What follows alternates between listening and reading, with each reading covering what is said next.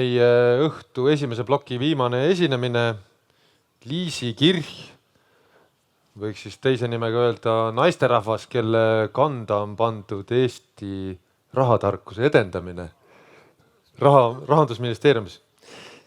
Aga võtame, istume maha, ma istun siiapoole ja sina siis sinna ja hakkame aga arutama, et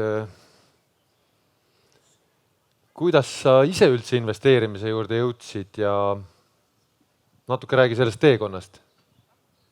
Tere ka minu poolt ja kõigepealt õnnitlused, et Marek, te olete nagu vägev asja siin kokku pannud, et kõik see rahvas ja mis ilm, et ma ei tea, kui palju te pidite peale maksma, aga sellist ilma, et saab vist ainult tellimise peale.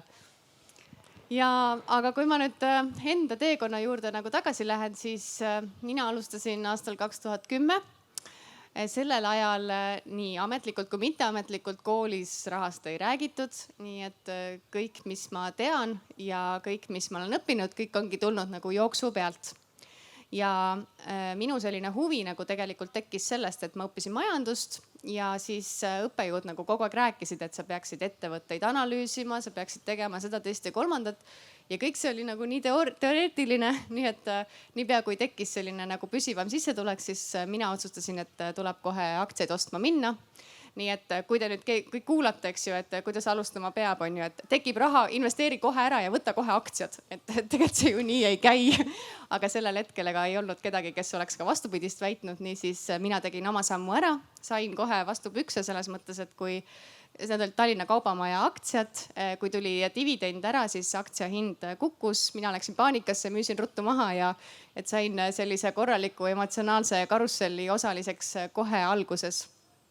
Aga kui ma nagu tagasi mõtlen kõigele sellele ajale, et siis nii nagu Tõnis ütles, et mingi hetk sa oledki selline noor ja loll ja sa võidki nagu proovida kõiki asju. Et täna ma enam ju niimoodi ei alustaks, et ma kindlasti mõtleksin paremini läbi ja samas kui ma iseendale tahaks nagu nõu anda, mina siis 12 aastat tagasi, 20-ne, et siis ma ütleks ka, et tekita nagu kohe mingi süsteem. Et see investeerimine, et tegelikult see on ju väga süsteemne, väga järjepidev tegevus, kui sa tahad kuhugile välja jõuda. Ja et see ei ole nagu selline suvaline, et nüüd ma investeerin, nüüd ma lähen paanikasse, nüüd ma müün, nüüd ma mõtlen, mida ma nüüd teen. Et selline süsteemsus, ma arvan, et see oleks nagu märksõna. Ja sellelt teekonnalt nagu veel, et ma arvan, et sellise konkreetsema sihi ma tegelikult sain alles siis, kui ma tutvusin oma tänase abikaasaga. Ja 2014 siis meil alles tekkis selline finantsvabaduse mõte ja asi läks nagu palju konkreetsemaks ja kuni selle ajani tegelikult kõik see, mida ma tegin, oli täiesti juhuslik, kogemata ja ma tegelikult ei teagi, et miks ma neid otsuseid tegin, et kõik lihtsalt tulid jooksu pealt. Nii et nii oli. Mainisid, et finantsvabadus ja kas sa oled siis finantsvaba ja mida see sinu jaoks siis tähendab või annab? Finantsvaba selle nii-öelda nimetuse me saime endale taha panna kuskil 2 aastat tagasi. Jah, kui me täna otsustaksime, et me nüüd tõmbame kokku, rohkem tööd ei tee, et siis meie portfell elataks meid kenasti ära.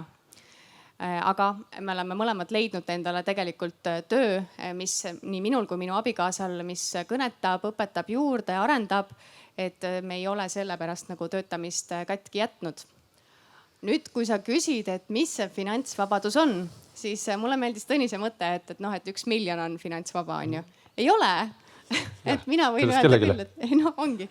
Et meie elustiili juures saab palju vähemaga hakkama. Ja tegelikult seda finantsvabaduse mõtet me natukene proovisime lahti enda jaoks nagu seletada. See oli ka vist 2 aastat tagasi investeerimisfestivalil, kui oligi selline teemaarendus, et elu pärast finantsvabadust, et mida see tähendab. Ja ma arvan, et see peamine, mis nagu tegelikult muutub, on see, kuidas sa mõtled. Et kui sa enne mõõdad kõike rahas, et nii, et saada uut iPhone'i, mitu tundi ma pean tööd tegema, siis finantsvabaduse teekonnal mingi hetk käib ära nagu see klikk, et sa hakkad mõõtma aega, sa hakkad tegema otsuseid mitte selle järgi, et mis need rahanumbrid seal taga on, vaid mis on mulle oluline. Kas minu lapsed võidavad, kui ma teen sellise otsuse või nad pigem kaotavad või üldse, et mis on nagu sinu väärtused. Ja selles mõttes kogu see teekond ise, et ma eeldan, et enamik siin vist tõstsid kätt, et te juba olete sellel teekonnal või vähemalt pürgite kuskile sinna kanti, et tegelikult see teekond ise ongi nagu see kõige suurem väärtus. Mitte see, kas sa jõuad miljonini, kas sa jõuad finantsvabaduseni, vaid see, et sa ise tekitad endale neid valikuvõimalusi ja seda, et sa saad otsustada mitte raha järgi, vaid sa otsustad millegi muu järgi. Et see, ma arvan, on nagu kõige olulisem õppetund kogu teekonnalt. Et täna sa töötad siis Rahandusministeeriumis ja ma saan aru, viid ellu siis Rahatark Eesti strateegiat. On see ka paar aastat tagasi ju sai nagu kokku kirjutatud, kuidas seda nagu võiks teha, on ju. Et sa võid nagu natuke sellest rääkida. Ja Rahandusministeerium on siis Eestis see organisatsioon, kes tegelikult nagu pakub katust kõikidele meie väga-väga paljudele partneritele, kes tegelevad rahatarkuse edendamisega. Mulgi rahatarkus siin, investeerimisklubi või Äripäev, Pangaliit, Junior Achievement, ettevõtlik kool. Ma jätan mainimata, kui ma siin hakkan nimetama edasi, et meil on väga-väga palju partnereid, kellest igaüks teeb nagu mingist oma põhjusest lähtuvalt siis tegevusi Eesti inimeste rahatarkuse taseme tõstmiseks.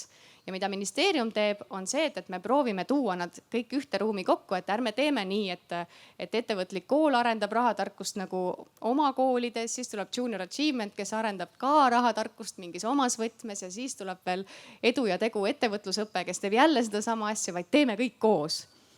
Ja see ongi olnud ka nagu nende strateegiate loomise mõte, et me proovime siis nagu näha seda suurt pilti, sest et olgem ausad, kui sa tegutsed, Mulgi rahatarkus tegutseb Mulgi inimeste rahatarkuse taseme tõstmiseks, eks ju, et siis tegelikult suur pilt on see, et aga mis ülejäänud Eesti teeb. Ja ülejäänud Eesti ei pruugi olla sellel maal, et jah, ma investeerin või et ma mõtlen investeerimise peale. Seal on ka neid inimesi, kes on tohututes võlgades, et mida me siis nendega peale hakkame. Ehk et me proovime katta nagu kogu seda Eestit, kogu segmenti. Nüüd strateegia juurde tulles, siis tegelikult see on järjekorras juba teine strateegia. Esimene loodi aastateks 2013 kuni 2020. See strateegia on siis nii-öelda nagu jätk.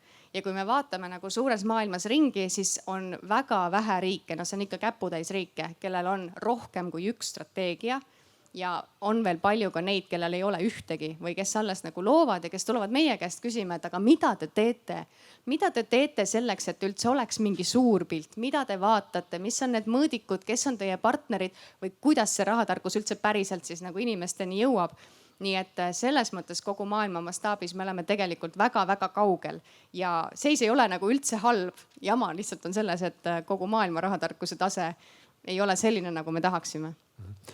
Ma olengi sinu ühest podcastist ka kuulsin, arutasin sinuga läbi, et on need erinevad testid ja sinu koolituste ja nende käikude põhjal on tekkinud järeldus, et tegelikult me teame väga hästi, nagu kuidas rahatargalt käituda. Aga oleme siis praktikas nagu ikkagi märkimisväärselt kehvad veel. Aga see iga päevaga nagu paraneb.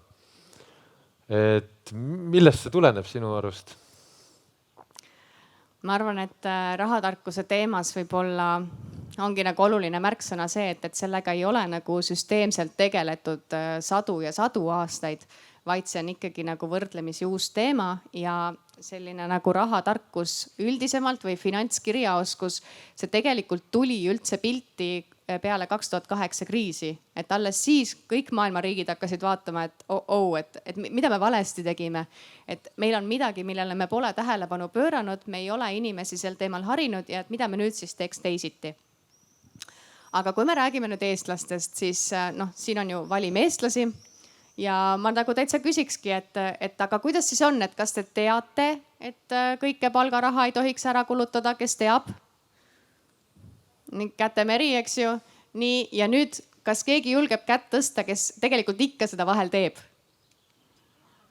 no vot, on ju, minu meelest see näitab nagu ülimalt hästi ära, et me tegelikult ju teame, mida tegema peaks. Et kui minu käest küsitakse, et nii, Liisi, tulista 5 sammu, kuidas siis olla nagu rahatark, ja kui ma ütlen, et sa pead teadma oma põhjust, sa pead jälgima oma kulusid-tulusid, sul peab jääma mingi raha alles, sul peab olema meelerahufond, sa peaksid investeerima kogu oma pensionipõlveks raha, siis tegelikult noh, see 5 sammu, see ei ole mitte midagi keerulist ja see ei ole ka midagi revolutsioonilist. Ma ei öelnud mitte midagi uut, te kõik teadsite seda.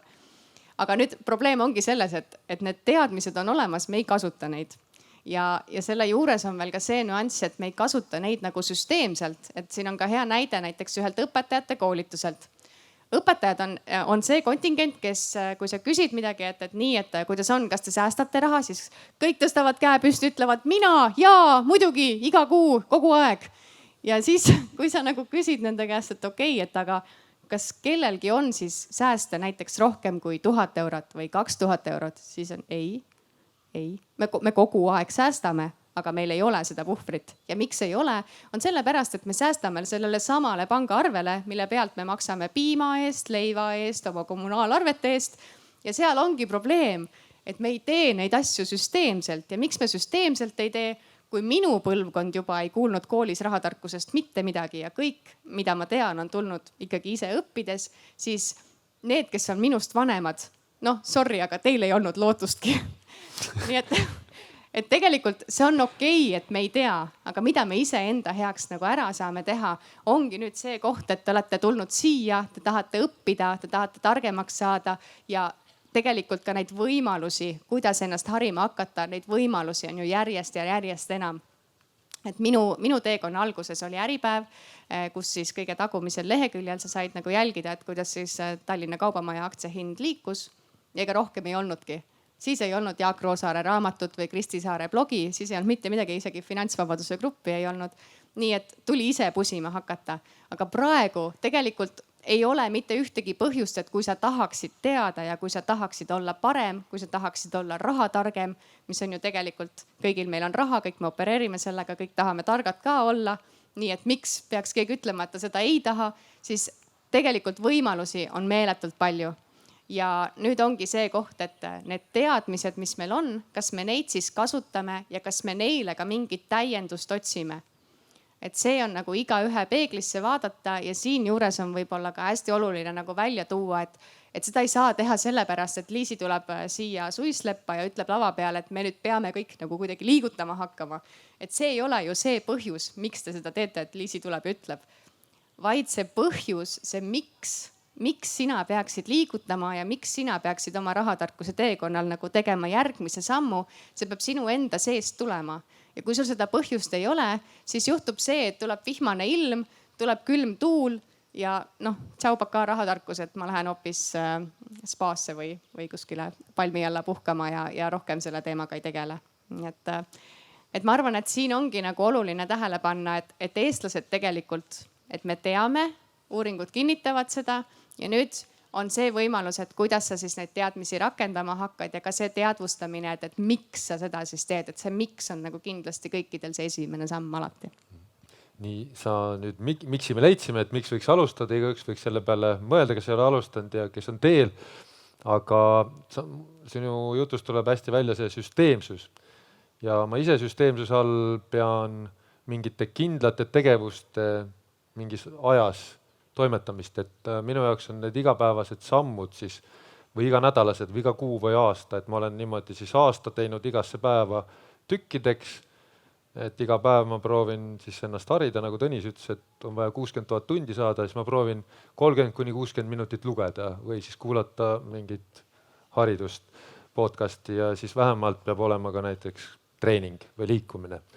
Et süsteemsus ja need harjumused, et nüüd olekski huvitav kuulata, millised on need harjumused, mis on sind ja sinu peret aidanud sellel finantsvabaduseni jõuda ja tõenäoliselt ka jätkata. Ma kõigepealt alustan sellest, et mis on üldse harjumus, et sa ise ütlesid tegelikult ära, et see on nagu järjepidevalt nagu mingite samade asjade tegemine. Ja kui me mõtleme nagu näiteks, kui tuleb 1. jaanuar, siis kes teist on andnud mõne sellise lubaduse, et nüüd ma lähen trenni või nüüd ma hakkan paremini toituma või nüüd ma hakkan, ma ei tea, raha kõrvale panema, et kas on keegi andnud mingi lubaduse?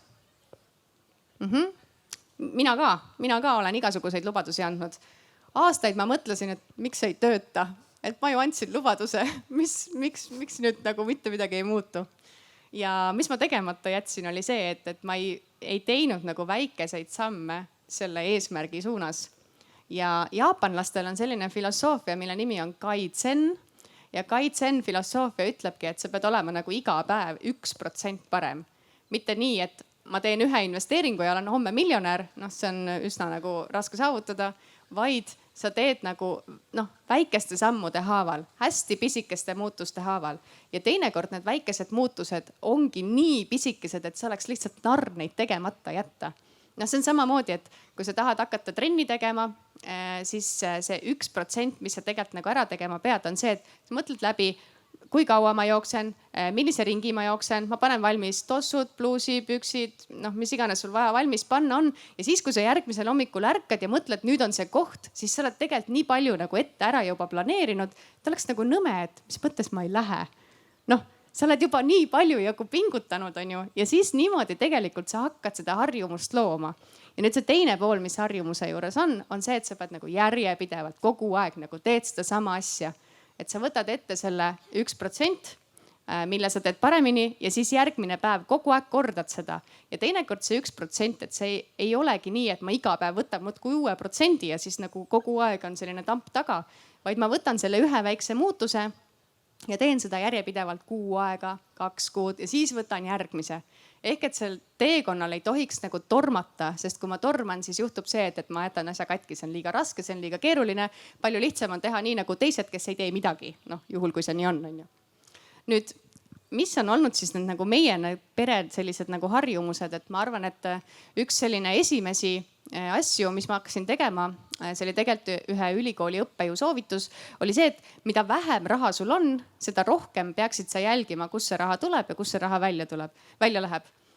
Ehk et seesama, et pane kirja oma kulud ja tulud ja see kõlab nagu nii igavalt ja see on nagu nii selline basic, mida absoluutselt kõik inimesed teavad, aga nad ei tee. Ja kui nad seda ei tee, siis nad tegelikult ei tea ka seda, et kui juhtub midagi ootamatut, siis mille arvelt ma saan kokku tõmmata. Nad ei tea ka seda, kui palju nad teoorias üldse suudaksid igakuiselt investeerida.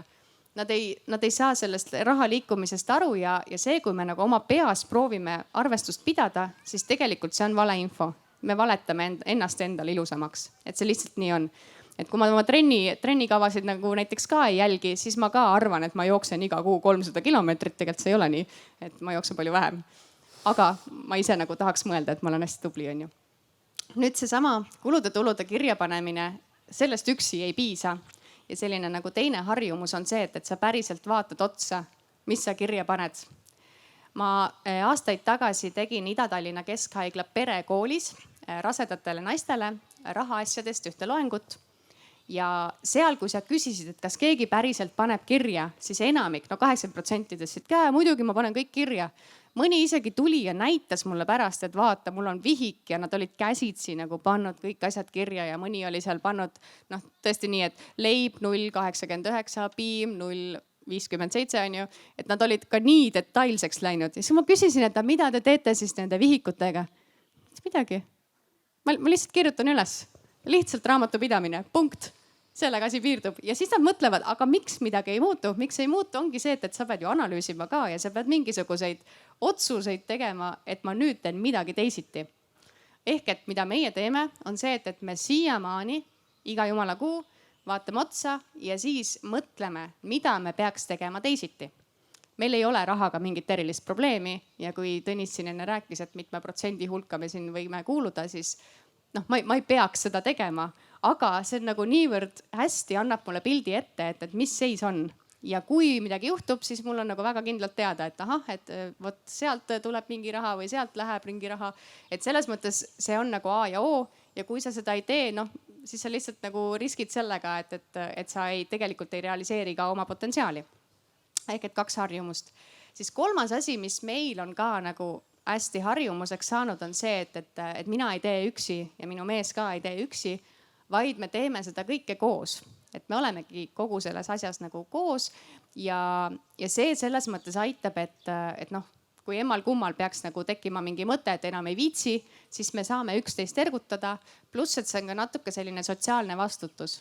Et kui ma annan endale lubaduse, siis väga lihtne on öelda, et no pole hullu, Liisi, seekord ei läinud nii, aga no järgmine kord proovime paremini. Kui ma annan teisele lubaduse, on mul palju raskem öelda, et no tead, aga ei õnnestunud, on ju. Siis ma tahan ikkagi ise parem olla ja ise proovin rohkem. Ehk et ma nagu tooks nagu 3 sellist nagu lihtsat asja tegelikult välja, et ongi seesama nagu kulude-tulude jälgimine, analüüs ja omavahel rääkimine. Ja võib-olla 4. asjana tooks ikkagi seesama nagu järjepidevus. Et kui sul on harjumus, siis see tähendab, et sa järjepidevalt, regulaarselt, kogu aeg nagu kordad neid samu tegevusi. Ja olgem ausad, see rahatarkuse teekond on vahel nagu mega igav, sest sa kordad ju kogu aeg nagu samu tegevusi. Päriselt ma oskan kulusid-tulusid kirja panna, ma ju ei tee seda sellepärast, et ma ei tea, tahan endale tõestada, et ma saan nagu kirjata ja kirja panemisega hakkama. Mida ma sealt saada tahan, on ikkagi see, et on ju töövahend, mis näitab mulle nagu seda seisu. Et noh, selline nagu 4 harjumust, ma arvan, et see on ikkagi nagu see baas. Kõlab täpselt nii, nagu ma ise ka teen. Aga nende harjumustega on selline asi, me tihti ei mõtlegi selle peale. Tõenäoliselt me kõik ju peseme iga päev hommiku ja õhtu 2 minutit hambaid. Ja sealt selle juures nagu mõeldes ongi, et see nii lihtsaks tehtud, et noh, tõenäoliselt me võiks ju nädalas ka korra pesta, et noh, arvutame ära siis 7 korda 4, 28, et noh, peseme pool tundi ühe korraga, on ju. Aga mis samal ajal nagu juhtub, et me võime nagu kaotada kõik selle, mis me oleme ennem nagu teinud, et hambad on juba lagunema läinud, on ju. Et see on üks huvitav näide, mille ma kuulasin ka nagu ühest harjumuste loomise podcastist ja harjumuste juures ongi, tehke see endale nii lihtsaks, et lausa piinlik on seda mitte teha. Ja alusta sellest, et noh, kui trenni tee 5 minutit siis või 5 minutit, ma ei tea, iga päev vaata oma rahaasjadel või 5 minutit nädalas. Siis minul on 10 minutit nädalas piisab. Ja noh, täpselt need samad sammud, mis sa kirjeldasid ja 2,5 aastat järjepidevalt. Et siis ma tean vähemalt, kuhu ma välja jõuan, sest ma kopeerin Liisit ja kõiki teisi. Ja seda peaksite te tegema. Segan sulle vahele, et seesama nagu harjumuste loomine tegelikult ei ole ju midagi rasket, kõik saavad protsessist aru, sul peab mingi päästik olema, siis see nagu sealt lähed edasi selle protsessiga ja noh, jõuad kuhugile tulemuseni välja. Mis on keeruline, on see, kui sul on halvad harjumused. Kui sul on halb harjumus, siis hakata seda nagu välja juurutama, sest et see ei ole nii, et ma jätan ära. Et noh, see ei toimi, on ju, et kõik, kes on üritanud suitsetamisest loobuda lihtsalt, et nüüd ma nagu ei tee enam, et siis kõik teavad, et see on raske, see on mega raske, sest et see päästik tekib ikkagi. Ja mida me siis nagu teha saame, on see, et me peame asendama harjumuse. Ja nüüd ongi nagu keeruline, et suitsetamise näide minu meelest on väga hea, et kui sa nagu päevas mitu korda teed suitsu, siis nii, otsustad, et nüüd nagu aitab, ma nüüd asendan selle harjumuse, ma näksin midagi. Ja siis oled sa nagu hoopis nagu teise halva harjumuse küsin, et käis kogu aeg ja näksid midagi. Kuidas nüüd sellest lahti saab? Et minu meelest harjumuste nagu juures tuleb alati nagu tähele panna, et parem nagu tekita kohe need head harjumused. Mitte, et lähed halvade harjumuste nagu teed ja siis hiljem nagu proovid neist kuidagi midagi head välja võluda, et see on palju-palju keerulisem. Et lihtsam on see ja miks tegelikult üks põhjus, et miks me proovimegi kõige rohkem energiat suunata sellesse, et just koolides juba seda rahatarkuse baasi nagu niivõrd palju õpetatakse, ongi see, et kohe algusest peale on sul need head harjumused. Mitte nii, et meil on need kehvad harjumused, noh selleni välja, et ma ei tea, mul ei ole mingit meelerahu puhvrit ja ma kogu aeg võtan laenu, siis sellest tsüklist nagu välja murda on niivõrd raske, et lähme parem kohe nagu nende heade sammude teed. Ja sa tulid jah täpselt siia sellesse minu järgmise küsimuse algusesse, et meil siin on ka väga palju lapsevanemaid siin publikus ja sa ise oled lapsevanem mina ja millised harjumusi sa õpetad oma lastele ja mida me siis õpetame oma koolis? Meie tõepoolest kodus ka ikkagi mõtleme väga selle peale, et mida me siis oma lastele edasi anname. Ja nüüd harjumuste puhul, et kuidas sa hakkad lapses üldse mingit harjumust juurutama, on tegelikult see, et mida sa ise ees teed. Kõik, kes on lapsevanemad, kõik teavad, et sina võid ju öelda, et sina söö tervislikult, söö porgandit, mina söön krõpsu. See ei tööta. ja see ei tööta sellepärast, et sina teed teisiti ja tema vaatab su käitumist, mitte seda, mida sa nagu talle ütled. Ja sellepärast on nagu hästi tähtis, et meie nii lapsevanematena kui ka tegelikult siis, kui me ei ole vanemad, vaid meil on lapsed hoopis õel või vennal või noh, mis iganes nooremad õed-vennad, et me julgeksime rahast rääkida. Ei pea rääkima numbritega, ei pea rääkima sellest, et täpselt euro täpsusega, mitu eurot ma toidule kulutan, vaid et me lihtsalt nagu räägime, et millised on meie soovid ja millised on meie vajadused. Või kasvõi sellest, et kas sa tead, kui palju üldse maksab elektri kasutamine või et elektri kasutamine üldse midagi maksab ja noh, mis on elekter. Vaid me peaksimegi siis lihtsalt nagu rääkima, see on võib-olla nagu samm number 1. Nüüd kõik see, mis me ise nagu ees teeme, et noh, meie pere näitel, kui me investeerime, kui me ostame uue korteri, siis me võtame lapsed kaasa. Lähme vaatame seda uut korterit, me seletame neile, mis on selle korteri eesmärk, me teeme selle korda, me ostame sinna vajalikud asjad ja siis võib-olla me hakkame seda korterit suvel suveüüri korras, talvel pikema perioodi peale, hakkame välja üürima, mida see kõike tähendab, lepingut, Me teeme seda eakohases vormis, et noh, ma ei hakka ju lapsele kohe rääkima, et mis seal lepingus sees peab olema. Aga ta saab aru, et emme ja issi ostavad korteri eesmärgiga, et see hakkab siis nagu mingit rahavoogu nagu tootma. Ja me jõuame õige pea välja selleni, et aga kuidas mina saan korterit osta, et emme, ma tahan ka oma korterit. Ja see tegelikult loob juba nagu selle aluse, et ma näitan talle midagi ja ta hakkab küsima ja ta hakkab nagu mõtlema, et aga kuidas mina saan sinna jõuda. Ehk jälle see, et kõik, mida ma ees teen, ta tahab teha järgi. Oma lapse näitel, mul on siis 7-aastane, 5-aastane ja 1,5-aastane. 7-aastane tuligi üks päev ja ütles, et emme issi, et teie räägite kogu aeg raha kasvatamisest. Mina tahan ka, et okei, ma saan aru, sa ütlesid, et mina ei saa korterit osta. Fine. Mida ma saan osta ja kuidas see siis kasvama hakkab. Ehk et nad tulevad ise ja küsivad ja sinu asi on siis pakkuda neid võimalusi ja lahendusi. Või kui nad tulevad küsima seda, et kuidas ma saan rohkem raha teenida, siis samamoodi sinu asi on neid võimalusi talle pakkuda. Et ta saab nagu avastada seda maailma nagu turvalisel moel.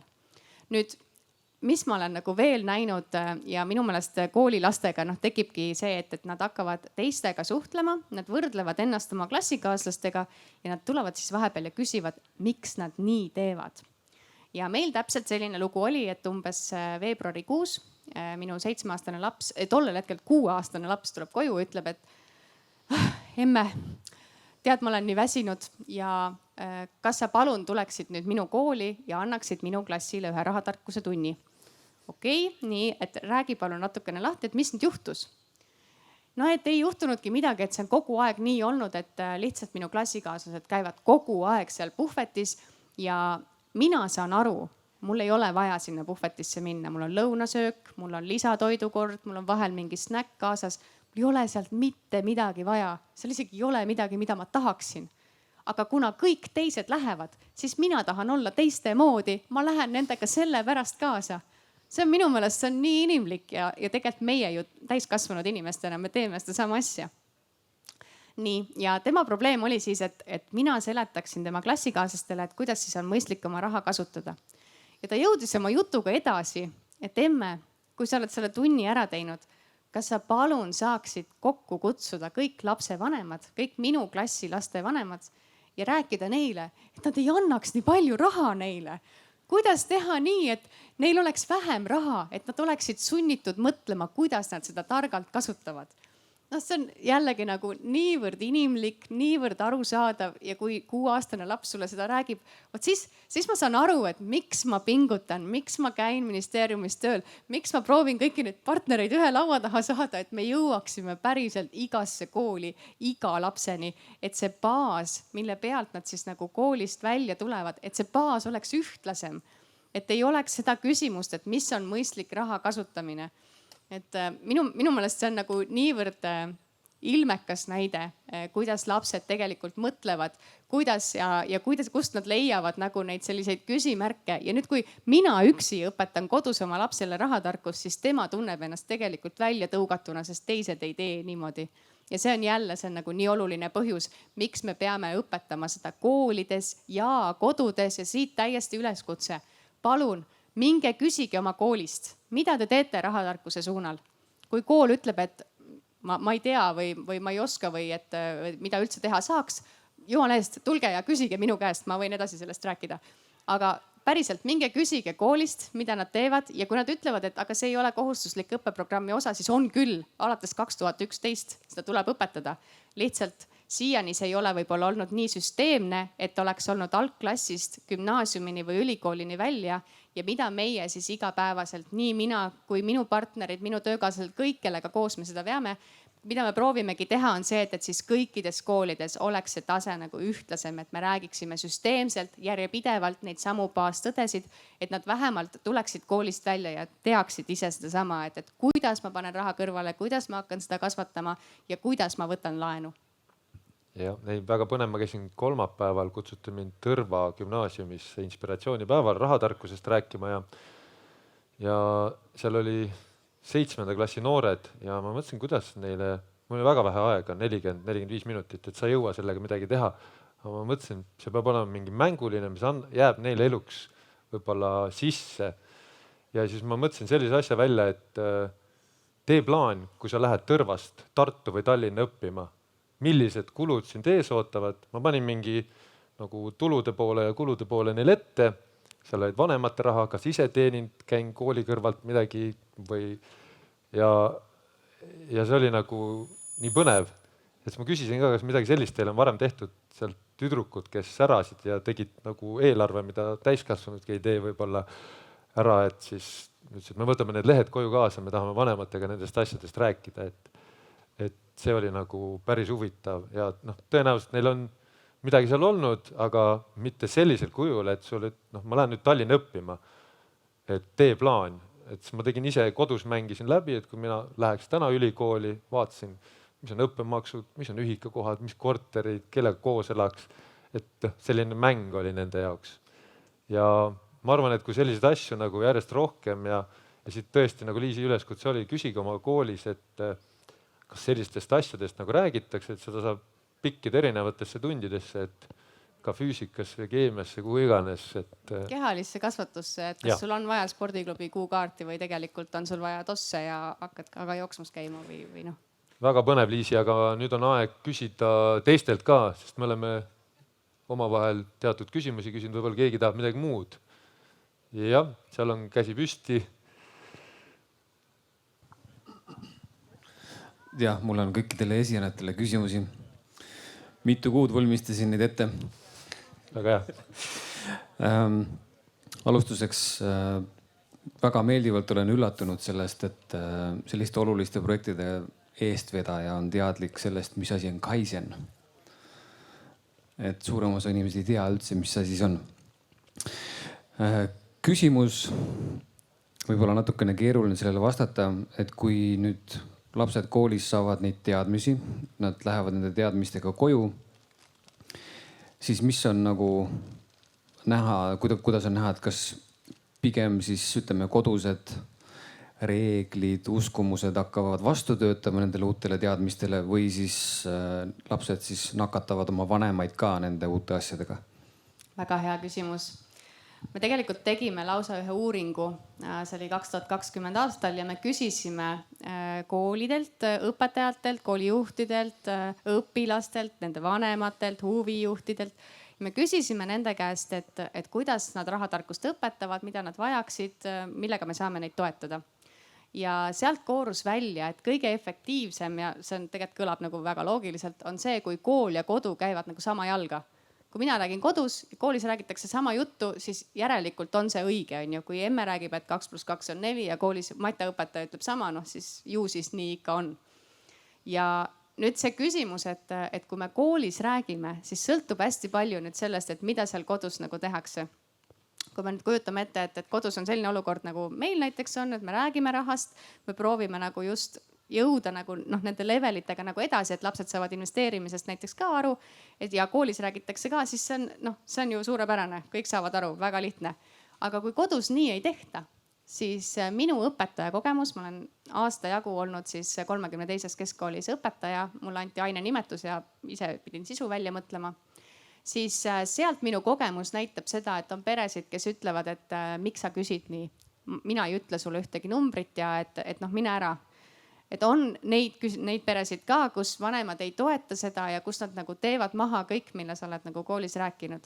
mis selle lapsega juhtub, temas tekib nagu segadus, et üks jutt on nagu ühtemoodi, teine jutt on teistmoodi, et mis see nüüd siis õige on. mina arvan, et tegelikult ühel hetkel ta hakkab enda käest nagu küsima, et okei, et mu vanemad tegid nii, nad jõudsid sellisesse seisu ja kui see seis on nagu kehv, mida ma saan teisiti teha ja see teine nagu teadmine, mis sealt koolist võib-olla tuleb, äkki see on parem. see on nagu see lootus, ma ei tea, võib-olla ma olen nagu ülimalt naiivne, võib-olla see nagu ta tegelikult nagu mõtleb, et tema vanemad on A ja O ja et kõik see, mida Liisi koolis räägib, et okei, matame selle maha. aga kui ta tegelikult näeb, et see, mida tema vanemad teevad, et see ei toimi, siis tegelikult kool annab vähemalt selle nagu alternatiivse pildi. ja siin on nüüd ka väga oluline, et kui me nagu koolides käime, siis me võime anda ühe külalistunni ja võib-olla kellelegi jääb see meelde, et vot tuli Marek, ta rääkis, ta tegi teistmoodi, see oli lahe, see oli põnev, ma mõtlen siit edasi.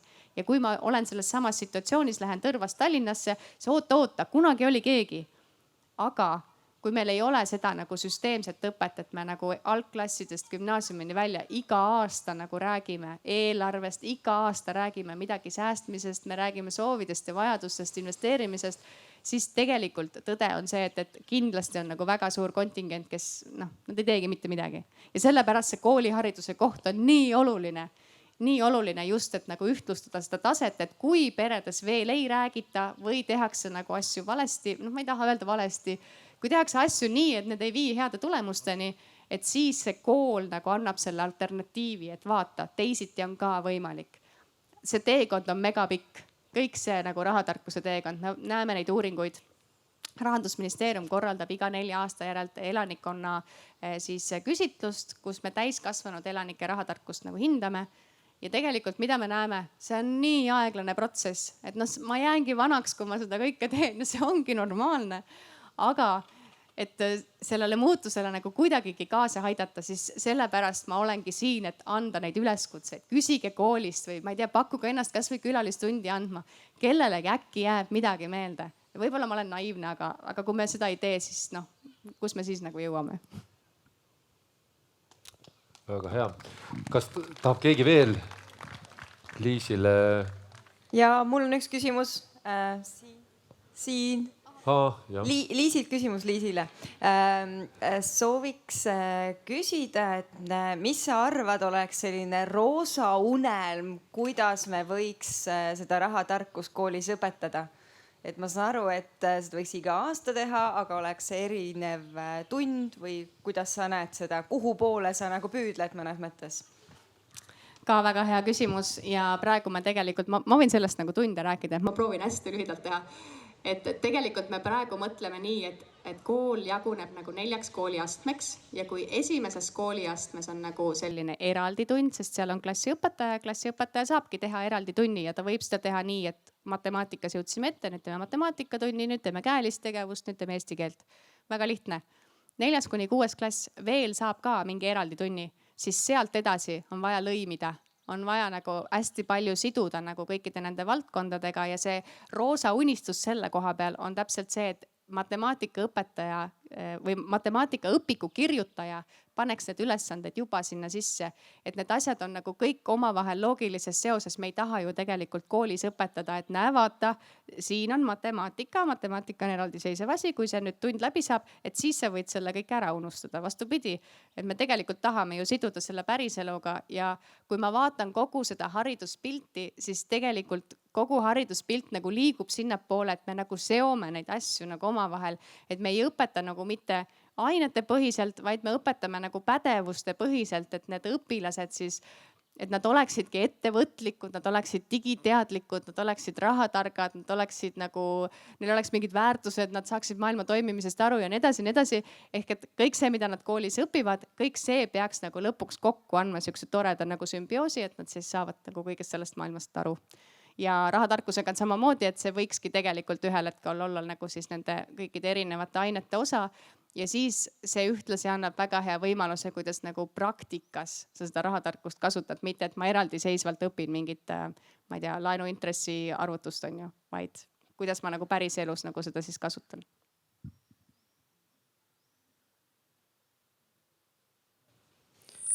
5 minutit on veel, et võib veel küsida, kellel on.